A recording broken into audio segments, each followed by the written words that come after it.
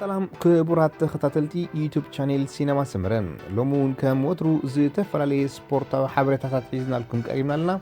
نمكتتا لكم بخبر نعدم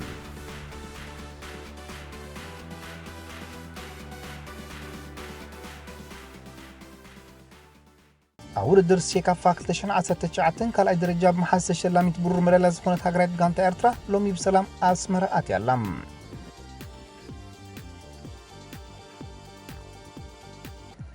ኣብ ዩጋንዳ ብብቕዓታን ውጽኢታን ክትዛረብ ካብ ዝቕነየት ዓባይ ሃገራዊት ጋንታ ኩዕሶ እግሪ ኤርትራ 6 ተጻወትቲ ትማሊ ከም ተሰወሩ ተረጋጊጹሎም እቶም ካብ ታሪኽ ኩዕሶ እግሪ ኤርትራ ሓድሽ ምዕራፍ ዝገንጸለት ሃገራዊት ጋንታ ተሰዊሮም ዘሎ ተጻወትቲ ሮቤል ኪዳነ ዒተይ ኣቤል ዕቁባይ ኪሎ ኢዮብ ግርማይ ኢሳያስ አብርሃም ጻጸ እስማዒል ጆሃርን ዮሴፍ መብራህቱ ጥንጢር ምዃኖም ክፍለጥ ተኻኢሎም እዚ ማለት ሰለስተ ካብ ዓበይቲ ሰለስተ ድማ ካብቶም ብትሕቲ 20 ዓመት ተጻዊቶም ዝነበሩ እዮም بفلايتهم 4 تጻወቲ ኣብ ዝካየድ ዝቐነየ ናይ 2019 ውድድር ሴካፋ ሲኒየር ቻሌንጅ ካፕ ምስ ቀዳሞት 11 ብምስላፍ ኤርትራ ካልኣይ ደረጃን ክትሕዝ ዓቢ ኣበርክቶ ዝገበሩ ኣዝዮም ብሉጻት ተጻወቲ እዮም ኢሳያስ አብርሃም ጻጸ ኣብ ማእከል መስመር ምክልኻል ተሰሊፉ ዕርዲ ምክልኻል ሬሲ ካመልስ ኣብ ሙሓስ ድርዒ ኮይኑ ዝቐነየ ሓያል ተኸላኻሊ እዩ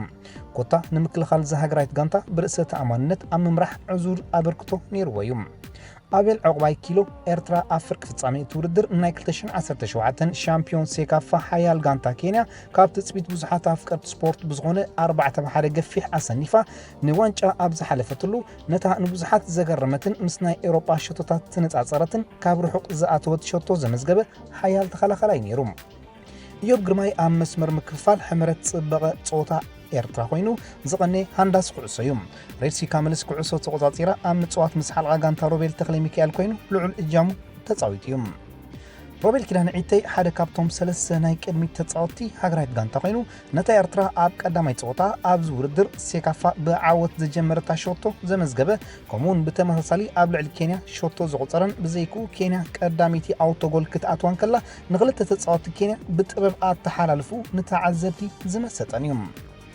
ግጥማት ፕሪምየር ሊግ እንግሊዝ ሎም ቀዳሙን ቀጽሉ ዒሎም ኣቀዲመን ጾወተን ዘካይዳ ኣርሰናልን ኤቨርተንን ከም ዝፍለጥ ዘን ኣብ ስታዲየም ጉዲሰን ፓርክ ጾወተን ዘሰላስላ ዘለዋ ክለባት ትማሊ ሓደስቲ ዓለምቲ ከም ዝቆጸራ ይዝከር ክልቲኦም ሓደስቲ ዓለምቲ ሚካኤል አርቴታ ናይ ኣርሰናል ከምኡውን ምኩር ዓላሚ ካርሎ አንቸሎቲ ናይ ኤቨርተን ኣብ ስታዲየም ተረኺቦም ንጾወታ ክለባቶም ክከታተሉ ተራእዮም ናብ ጾወታ ምስ ንምለስ እዘን ክልተ ክለባት ብተመሳሳሊ ቅዲ 4-2-3-1 ንሜዳ ወሪደን ኣብ ናይ ቅድሚ ዕረፍቲ ጾወታ ድማ ክልቲአን ክናባዝ ዘልያ ክመስላ ኣብ ማእከል ሰሓፅረ ዝሕል ዝበለ ጾወታ ጀሚረን ኣብ መበል 11 ደቂቕ ናይ ጾወታ ኣንጻር ናይ ቅድም ክለቡ ዝገጥም ዝነበረ ኣሌክስ ሆቢ ብምጭብባጥ ጅማት ካብ ቱርካዊ ቱሰንግ ተቐይሩ ወፅን ከሎም ጋንቱ ኤቨርተን ድሕሪ 5 ደቂቕ መንገዲ ሲጉርድሰን ንቁርብ ገፊሓ ዝወፀት ሓደገኛ ኩዕሶያ ንልዳት ኣርሰናል ክትልእኽ ኪኢላ ኣብዚ ብዝሒ ፋውል ዝተራእዩ ናይ ቅድሚ ዕረፍቲ ጾወታ ድማ ብወገን ክልቲአን ክለባት ሓደ ተጻወቲ ቢጫ ናይ ስምዕታ ካርድ ክስማዓለን ተራእዩ ጾወታ ድማ ብዘይሸቶ ባዶ ንዕረፍቲ ምርሖም ኣብ ናይ ድሕሪ ዕረፍቲ ጾወታ ኣብ ዝጀምረሉ ድማ ጾወታ ሓደ ደቂቕ ተጻዋታይ ኤቨርተን ሪቻርድሰን ድፈተና ኩዕሶ ገፊሓ ክትወፅእ ኺኢላ ኣርሰናል ብወገኖም ብመንገዲ ማርቲኔሊ ናብ ዳት ኤቨርተን ዝለኣኻ ኩዕሶ ሞ ቻምበርስ ዝፈተናሞ ናብ ናጻ ዝነበረ ኣጥቃዒ ኦባሜያንግ ናብ ልዳት ኤቨርተን ዝለኣኻ ኩዕሶ ሓላው ልዳት ኤቨርተን ፒክፎርድ ብዝናት ብቕዓት ከድሕና ይኽኢሉ ድሕሪ ቁሩብ ደቂቕ ኦባሜያንግ ዝረኸበ ዓድል ሓላው ልዳት ፒክፎርድ ከይተሸገረ ኣብ ሕቑፉ የእትይዎም ግዜያዊ ዓላማ ኣርሰናል ሊምበርግ ጾወታ ናብ ረብሕኡ ንምዓል እንተጻወቱ ዊሎክን ላካዜትን ቀይሩ ናብ ሜዳ ከእትዎም ከሎ ተመሳሳሊ ፍጻሜ ብዳንካን ፎርግሰን ሚዛን ጾወታ ንተኸላኻሊ ሚካኤል ኬን ናብ ሜሳ ብምልኣኽ ንደልፍ ክቕይሮ ይተራእዩ ኤቨርተን ብመንገዲ ካልቨርት ለዊን ሲጉርድሰንን 2 ሳዕ መሪሕነት ክትሕዝ ዝኽእላ ዝነበራ ዕድላት ብተኸላኸልቲ ኣርሰናል ክዕገታየን ተራእየን ዝኾነ ሸቶ ከይተመዝገበ ምዱብ 9 ደቂቕ ብምእካል ድማ ጾወታ ብማዕረ ባዶ ተዛዚሙሎም ብዘይካዚ ሎሚ ቀዲሙ ኣብ ዝተኻየደ ጾወታ ላሊጋ እስጳኛ ሴቪያ ናብ ማሎርካ ተጓዒዛ 2-0 ተዓዊታላ ኣብ ተጻዋታይ ሴቪያ ኤቨር ቫኔጋ ብሉጽ ምንቅስቓስ ዝብርኣይ ብሉጽ ተጻዋታይ ዝተባሃለሉ ጾወታ ሰቪላ ቅድሚ ዕረፍቲ ብመንገዲ ዲያጎ ካርሎስያ መሪሕነት ሒዛ ማሎርካ ኣብ መበል 43 ደቂቕ ተማዕራርያ ሸቶ ረኺባ እኳ እንተነበረት ብባር ተራእያ ግን ነታ ሸቶ ዘመዝገበ ኣንተ ቪዲሚር ካብ ጾወታ ውፃኢ ብምንባሩ እታ ሸቶ ክትስረዝ ይኽኢላ ጾወታ ንዕረፍቲ ብመሪሕነት ሰቪያ 1-0 ተዛዚሙ ድሕሪ ዕረፍቲ ሰቪያ ኣብ 63 ደቂቕ ዝረኸበታ ፍጹም ቅላዕ ባኔጋ ከይተጋገየ ብምዝጋቡ ንጾወታ ናብ 2-0 ክዕርጎ ይተራእዩ ምድብ ግዜ ብምእካል ድማ ጾወታ 2-0 ብዓወት ሰቪያ ተዛዚሙ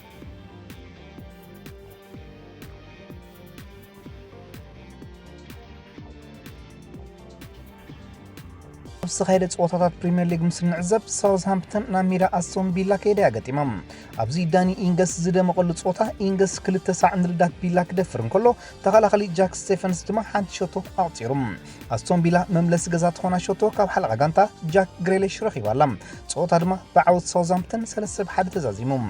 በርማውዝ ኣብ ሜዳ ንበርንሌይ ዓዲማ ያገጢማ በርንሌይ ድማ ኣብ መበል 88 ደቂቕ ኣብ ጃይ ሮድሪገዝ ብዝረኸበታ ሸቶ 1-0 ረቲዓታ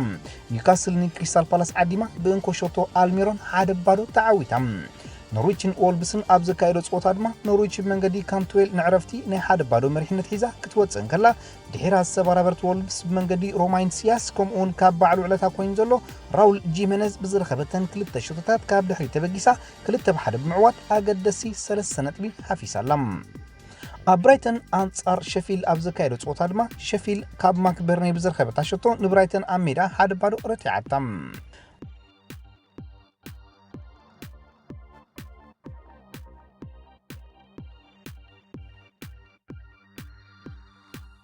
ድሕሪ ዝተኻየደ ዝዓበየ ፀወታ ናይዚ ቀዳም ኣብ መንጎ ካልኣይን ሳልሳይን ተርታ ሒዘን ዝነበራ ማን ሲቲ ኣንጻር ሌስተር ሲቲ ነይሩ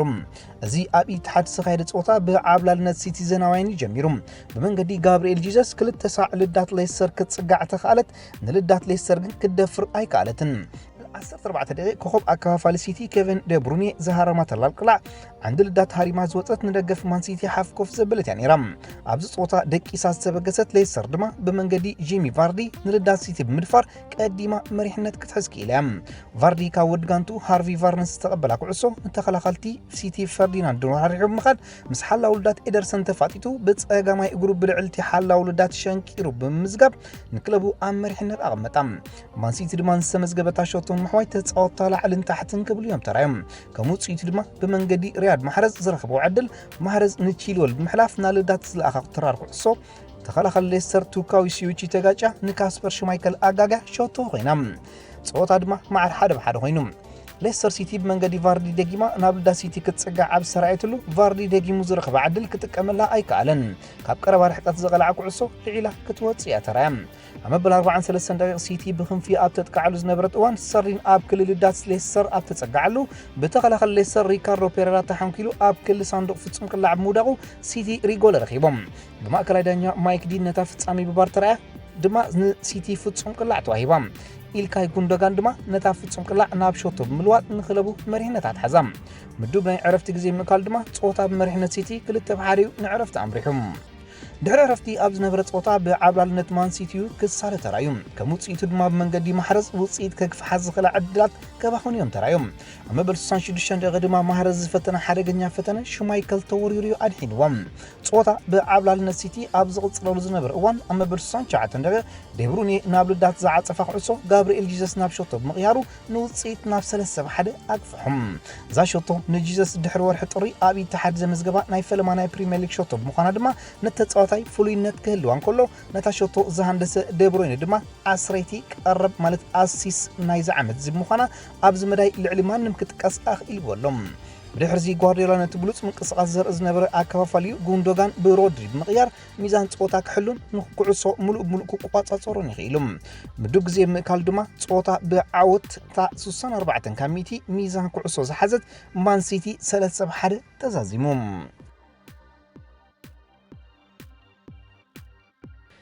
قدم فتصامي وانشا كلبات عالم لومي امونغو كلبات ليفربول فلامينغون تخايدم ابد صوتا مس نملكت دما ليفربول صوتا بأوانو بمنجد فيرمينو مرحنت كتتحزات خدل ابخينم فلامينغو بوغنم بمنجدي غابرييل بابورسان هنريكن نلدات ليفربول كخوكو انت ترايو قعصو مسكعت كرخون كتصقوم يوم كيلوم صوتا دما عرفتي بزي شوتو بادو امريحم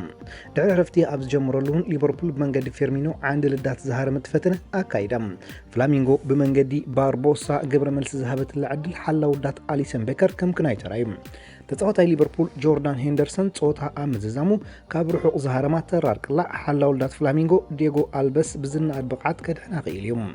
اما بلتيس عاد ساديو ماني اب كل لدات فلامينغو تحانكيلو بمبال ماكلاي دانيا فصوم قلا عززم تتصوتي فلامينغو دما تاكيبوم نوساني دانيا كقاومو بمجمارهم دانيا بارتو كيسو مان كم زي تهرم بمرغغاصو نتا وساني كسرزا ترايم مدب غزي اخيل دما ماكلاي دانيا مزازن فيس كهرمم صوتا معرب مزام دما ناب توسخي 30 دقيقه كم رحته جديدن توسخ دقيق أب جمرول دما أما بلتيس عن 9 دقيق فيرمينو نكلبو مريحنا تتحشوتو أمزجيبهم دحرزا فصامي 3 دقيق أب زي مل دما ليفربول زرخبو عدلمو محمد صالح زهر ما كعسو حجون حلا ولدات دييغو ألفيس بزنا بقعت توريرو أدحنم قداميتي ناي توسخ دقيق عرفتي دما بمريحنا ليفربول حدا بارو نعرف عمرهم دحر عرفت زنبره صوتا تصاوت فلامينغو نصوتا بمعبلال تمعاريهم شوتو كهادنو كلهم تصاوت ليفربول دما للاتهم بصنع كحلون بملس متقعد دما شوتو كهادنيوم ترايم صوتا امزام فلامينغو كتمعاريهم تخل صبوت عدل بمنغدي فيتينهو اباخينو مايوم ندب غزي مقال دما صوتا بعوت ليفربول بتصبيب حدا بارو تزازيمم بزن شامبيون عالم زخونة ليفربول أبزا مبالعة عامة 2019 3 صواع مالت شامبيونز ليج إوروبا سوبر كاب إوروبان وانشا كلبات عالمن كتعوتلو كيلا لام بزي كازي قبت صوتاي ليفربول محمد صلاح زبالت تصاوتاي نايزو ودر تباهيلو ورقايت كعصو تشليم اللهم زني ليفربول بعلو علتا كوين زركب ناي شوتو ماشين اتا كلب مستا كلب بلوص بقعت امن صبراء كم زركب فلاتم صلاح لو معمت بقعته لتقيلو كوان تجمره ابز حجيغن 9 شوتات بريمير ليج كمزغم كله 4 تقرب دما غير لهم مدرخ شامبيونز ليج دما 4 شوتون 2 اسيسن ابركيت يركب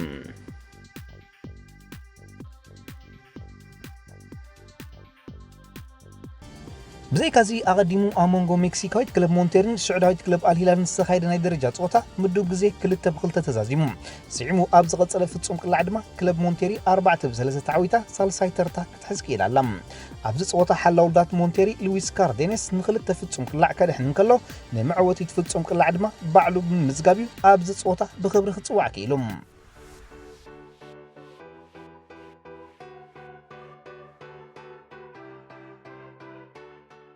خبركم تخطاتلتي يوتيوب شانل سينما سمرم نمكتالكم إننا مسجنا نلوم معلتي أدالنا لكم زنبرنا سبورتاو تحسسات أبزازيمنا لنا أبكت علي بخالق حابريتات كساب نرخب نخولنا ببزلنايو سلام انتعنان